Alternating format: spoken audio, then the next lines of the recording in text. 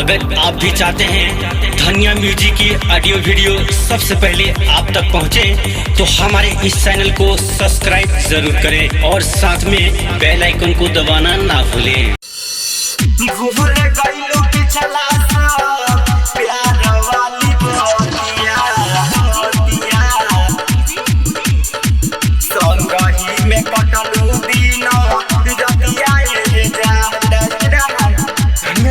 Studio पोखरिया नेपाल। जहिया से छोड़ के गइलू हमारा के ससुरावा, तो बोलू न फिर के बेरिया ए जान। जहिया से छोड़ के गइलू हमारा के ससुरावा, तो बोलू न फिर के बेरिया ए जान। भूल गइलू पिछला प्यार वाली बतिया, संगही में कटलू दिन रतिया ए जान। भूल गइलू पिछला सब प्यार वाली बतिया, संगही में कटलू दिन रतिया ए जान।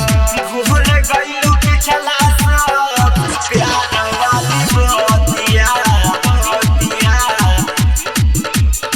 संगही में कटलू दिन रतिया ए जान। संगही में कटलू दिन रतिया ए जान। मन करे जहर खाई फसरी लगाई, दिलवा से कैसे रानी तोहके हटाई। ए रानी सुन ना, मन कर जहर खाई फसरी लगाई, दिलवा से कैसे रानी तोहके हटाई। याद आवे बचपन के हंसिया ठिठोली, दे तो रहलू बाराई जतिया ए जान। भूल गइलू पिछला सब प्यार वाली बतिया, संगही में कटलू दिन रतिया ए जान। भूल गइलू पिछला सब प्यार वाली बतिया, संगही में कटलू दिन रतिया ए जान। भूल गइलू पिछला सब प्यार वाली बतिया, संगही में कटलू दिन रतिया ए जान। संगही में कटलू दिन रतिया ए जान।